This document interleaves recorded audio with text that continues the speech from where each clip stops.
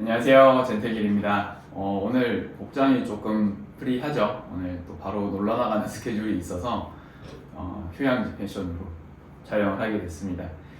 오늘은 아토피 운동 노하우로 돌아왔습니다. 아토피원 분들은 운동을 지속적으로 하기가 쉽지가 않아요. 여러 가지 이런 피부의 컨디션이라든지 멘탈적인 컨디션들 때문에 운동 습관을 가져가는 게 정말 쉽지가 않거든요. 그런데 우리가 몸에 있는 노폐물들을 빼주거나 독소 같은 것들을 제거해 주어야지만 아토피가 개선이 되고 나아질 수 있고요. 아토피원 분들 같은 경우에는 활동이 적기 때문에 여러 가지 비만이 올 수도 있고요. 이런 건강적인 다른 부수적인 문제들이 많이 발생을 하기 때문에 그런 것들을 이겨내기 위해서라도 개선하기 위해서라도 운동 습관은 꼭 필요합니다. 사실 아토피원이 아니어도 운동 습관은 꼭 필요한 부분이기 때문에 삶의 질을 높일 수 있는 그런 측면에서 이런 운동 습관들을 꼭 가져갔었으면 좋겠고요. 그런 노하우들을 제가 바로 말씀을 드리도록 하겠습니다.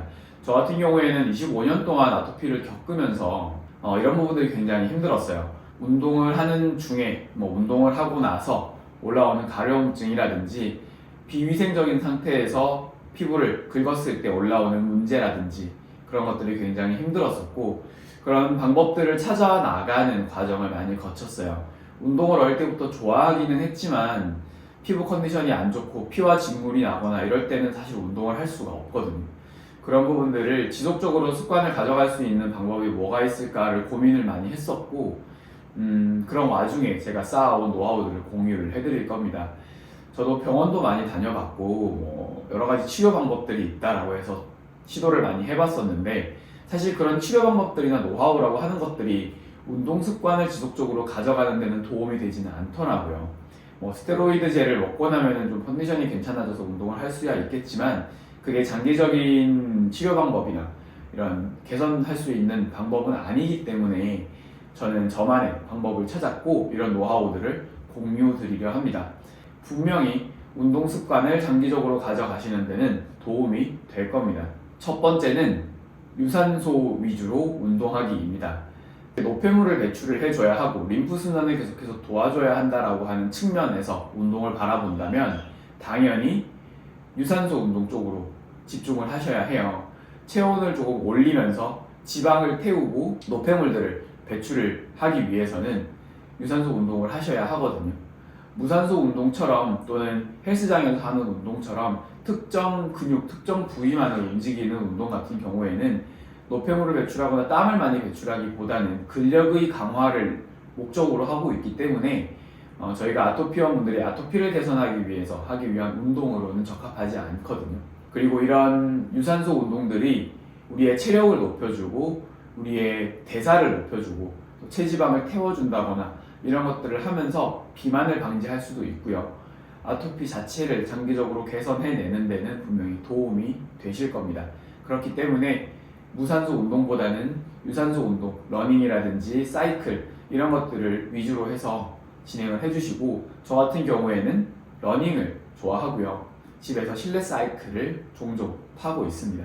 그 다음은 선크림의 중요성이에요. 저희가 외부에 나갈 때 햇빛을 차단해주는 역할들을 하는데 사실 자외선이라는 게 피부에 좋지 않거든요. 노화를 시키기도 하고 수분을 날리거나 여러 가지 주름 같은 것들을 유발할 수 있는 그런 것들이 바로 이 자외선이기 때문에 저희는 자외선 차단제를 꼭 발라주셔야 해요. 저 같은 경우에는 사실 좀 햇볕이 부담스러워서 낮에 운동을 하는 것보다는 이른 아침이나 밤에 운동을 하는 것을 좀 선호를 하는데 사실 그것도 문제가 있죠. 아침에 시간이 안 되시는 분들도 있을 수도 있고 밤에 격한 운동을 하고 나면 수면의 질이 떨어지기 때문에 여러 가지 회복에는 도움이 안 될 수 있어요. 그렇기 때문에 본인만의 루틴을 찾아가시는 것이 굉장히 중요하고요. 다시 자외선 차단제 이야기로 돌아오면 유기자차, 무기자차 이렇게 두 가지가 있거든요. 유기자차 같은 경우에는 화학 반응을 통해서 햇볕을 자외선을 차단해주기 때문에 그런 화학 반응 중에 또 열이 발생을 합니다. 그래서 자극이 될 수 있기 때문에 아토피원 분들 같은 경우에는 무기자차 제품을 사용해 주시면 좋겠고요. 백탁 현상이 조금 있다고 하더라도 무기자차 제품을 선택을 해주시고 요즘은 사실 백탁 현상도 없고 무기자차인 제품들도 있어요. 자극이 없는 선크림들도 있기 때문에 그런 것들 잘 찾으셔서 테스트 해보시고 자극이 없는 제품을 이용해 주시면 좋겠습니다. 저 같은 경우에는 그런 제품을 찾아서 사용을 하고 있고요. 크게 햇볕을 많이 받는 날이 아니라면 사실 잘 안 바르는 쪽으로 하고 있습니다. 자극을 최소화시키는 방향으로 저는 습관을 들였기 때문에 그렇게 하고 있고요. 세 번째는 운동 시에 수건은 필수입니다. 수건을 꼭 챙겨주세요.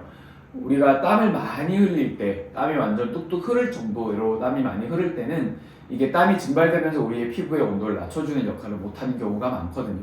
그렇기 때문에 중간중간 땀을 닦아주셔서 이 땀이 증발되면서 피부 온도를 빠르게 낮춰줄 수 있게 해주시는 게 가장 좋고요. 운동을 하는 중에는 피부의 온도가 이미 올라가 있기 때문에 이렇게 땀이 흐르는 정도의 자극 감각만으로도 가려움증이 유발될 수 있거든요. 그렇기 때문에 땀이 너무 많이 흐른다 싶을 때는 수건을 챙기셔서 땀을 닦아가면서 운동을 해주시길 바랍니다. 다음 네 번째는 운동 시에 수분 보충은 필수예요. 아토피는 사실 수분과의 싸움이거든요. 수분과의 전쟁인데 우리는 물을 마셔도 이 물이 피부까지 전달되지 못하기도 하고요. 그나마 전달된 수분들도 빠르게 날아가 버리기 때문에 계속해서 수분을 채워주시고 우리 몸이 수분을 계속해서 흡수할 수 있게끔 도와주는 게 사실 굉장히 중요합니다. 저 같은 경우에는 차가운 물보다는 미지근한 물을 선호를 하고요. 저는 개인적으로 이렇게 대사에 도움을 주지는 못하는 것 같아서 미지근한 물로 섭취를 하고요. 당분이 있는 이온 음료, 포카리 스웨트 같은 것들은 저는 피합니다. 당분 자체를 피해야 되기도 하고요. 그런 것들이 물보다 더 좋다라는 생각은 못하고 있어서 가능한 한 물을 마시고 있습니다. 그리고 힘들고 목마르다고 벌컥벌컥 마시지 마시고 한두 모금씩 나눠서 조금씩 마셔주세요. 그런 것들이 우리 몸이 수분을 흡수하기에 더 도움이 되니까 그렇게 해주시고, 수분 섭취에 대한 노하우는 나중에 따로 한 번 더 말씀을 드리겠지만 그냥 물만 마시는 것보다 수용성이라든지 그런 식이섬유를 같이 먹어주는 게 사실 더 도움은 많이 됩니다. 다섯 번째는 수분 크림 또는 수딩 크림 같은 것들을 운동할 때 챙겨주세요. 운동할 때 사실 챙길 것들이 너무 많아서 좀 번거롭기는 하지만 이게 왜 필요한지를 한번 말씀을 드릴게요. 우리가 운동을 하다 보면 수분을 계속 잃는다고 했죠. 땀으로도 배출이 되고 배출된 땀이 증발되면서 우리 피부에 있는 수분들도 가지고 날아가잖아요. 그런 것들 때문에 오히려 더 건조한 상황이 발생을 할 수 있어요. 그렇기 때문에 중간중간 수분 크림을 발라주시거나 수딩 크림으로 수분을 채워주시면 좋겠습니다. 이게 햇볕도 받고 피부 온도도 올라가고 피부에 수분도 날아간 상태잖아요. 운동을 하는 중에, 운동을 한 후에는. 그렇기 때문에 사실 피부가 굉장히 약해져 있는 상태라고 보시면 됩니다. 그래서 수분 크림을 발라주시거나 수딩 크림을 발라주셔서 피부의 컨디션을 다시 회복시켜주는 역할을 도와주시고요. 이때는 또 항상 손을 씻고 나서 발라주세요. 운동을 한 후에는 우리 손도 굉장히 오염이 많이 되어 있기 때문에 운동을 한 후에 수분 크림이나 수딩 크림을 발라줄 때는 꼭 손을 씻고 소독을 하신 후에 발라주시기를 추천을 드립니다. 그리고 수딩 크림 같은 경우에는 주로 우리가 알로에 제품들을 많이 사용하잖아요. 알로에 제품이 사실 시중에 저렴한 제품들이 굉장히 많아요. 그런데 이런 저렴한 제품들은 껍질을 통째로, 알로에의 껍질을 통째로 갈아서 만든다거나 그런 경우들도 있을 수 있고 정제가 잘 되지 않는 경우들이 많기 때문에 어느 정도 좀 가격이 있더라도 믿을 수 있는 브랜드를 선택을 하시는 것을 추천을 드립니다. 저 같은 경우에도 알로에 추출물로 되어 있는 제품을 사용을 하고 있고요. 가격대가 좀 나가는 제품이지만 항상 그 제품만을 사용을 합니다. 꼭 그렇게 수딩 크림이나 수분 크림을 사용해 주시기를 추천드립니다. 마지막은 운동 후에 바로 샤워하기입니다. 운동 후에 바로 씻어주시는 게 굉장히 중요해요. 사실 이 부분을 하지 않아서 운동 습관을 계속해서 가지고 가지 못하는 분들이 많거든요. 운동을 한 이후에는 아까도 말씀드렸지만 피부의 온도도 올라가 있고 여러 가지 방어막이 깨져 있는 상태에서 우리 몸은 오염되어 있는 상태잖아요. 그런 것들을 빨리 씻어주고 피부 온도를 낮춰줌으로 인해서 가려움증에서 벗어나시고 피부의 컨디션을 빨리 돌려주시기를 바랍니다. 샤워할 때 필요한 노하우들이 또 여러 가지 있거든요. 그런 노하우들에 대해서는 제가 이전 영상에 바로 올려놨으니까 이전 영상 보시면서 꼭 참고해 주시고요. 운동 습관 그리고 샤워 습관 올바르게 가져가셔서 아토피원의 삶의 질을 함께 높여보셨으면 좋겠습니다. 저 같은 경우에는 약 25년 정도 아토피를 겪으면서 여러 가지 치료법, 여러 가지 병원을 갔다 왔다 시도를 많이 해봤는데 그런 치료 방법들이 이런 운동 습관이라든지 샤워 습관 같은 것들을 개선해 주지는 못해요. 우리가 그런 치료를 병행을 하더라도 우리의 생활 습관은 우리가 바꿔나가고 우리가 만들어 나가야 하기 때문에 이런 노하우들을 함께 공유하면서 같이 삶의 질을 높여 나갔으면 좋겠습니다. 아토피원 분들 오늘도 화이팅 하시고요. 다음 영상에서 또 찾아뵙겠습니다. 감사합니다.